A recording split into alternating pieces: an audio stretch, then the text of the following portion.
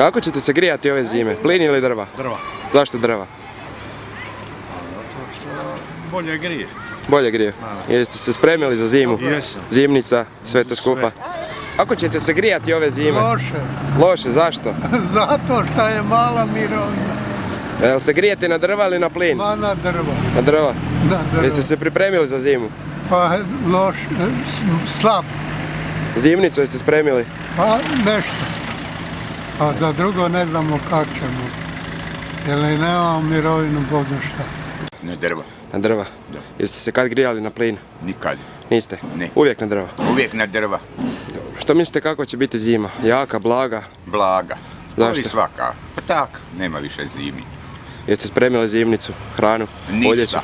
I drva nam kupi drugi. Da nemam nečaka, ne bi se ni grio. Kako ćete se grijati ove zime? Drva, plin? Na plin. Zašto na plin? Zato što sam Njemačka. Dobro, jeste se spremili za zimu? Odjeća, zimnica. Da. Što mislite kakva će zima biti? Jaka, blaga, srednja? Ne znam. Kakvu zimu očekujete? Vi osobno? Pa hladno. Hladno. Na drva. Zašto na drva? Zato što mi je to najjeftinije. Jeste se grijali kad na plin? Nisam. Pa imate neka loša iskustva možda? Imam, znate kad je Hitler dobio slom živaca? Kad je dobio račun za plin, zato se ne grijem na plin. Dobro. To može ići. Kakvu zimu očekujete?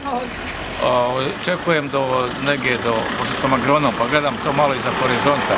Do Božića će biti blaga zima, onda će najjača zima biti u drugom mjesecu.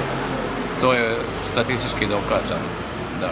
Dobro, jeste se vi pripremili za zimu, odjeću, zimnicu i sve? Jesam, već se sad oblačim. Evo imam kaubojske čizme za zimu, vidite ovo je western boots, šešir još ima, ali njega nisam stavio. Kako ćete se grijati ove zime? Na drva ili na plin? Sam se grijati na drva. Zašto na drva? Pa kad imam plina, ne imaju da provedem plin. Onda ne mogu, čak i... Kakvu zimu očekujete? Jaku, blagu? Pa ne znam, to ćemo vidjeti, to sam Bog zna, mi to ne znamo pravo. Kakvu ti zimu voliš? Voliš kad ima puno snijega? Ja, da. Voliš? Da. Jeste si pripremili zimnicu, Pa kako jesmo nešto? odjeću i sve? Pa jesmo